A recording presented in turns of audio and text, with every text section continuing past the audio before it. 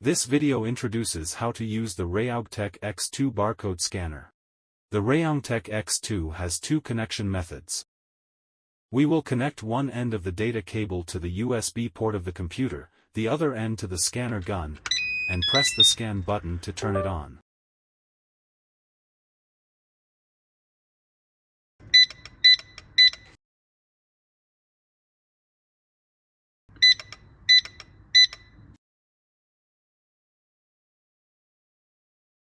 The data cable transmits data while also charging the scanner.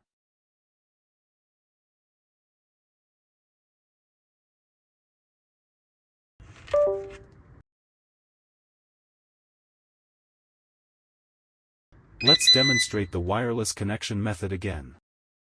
We took out the receiver and plugged the receiver into the USB port of the computer. Press the scan button to turn on the machine and start working.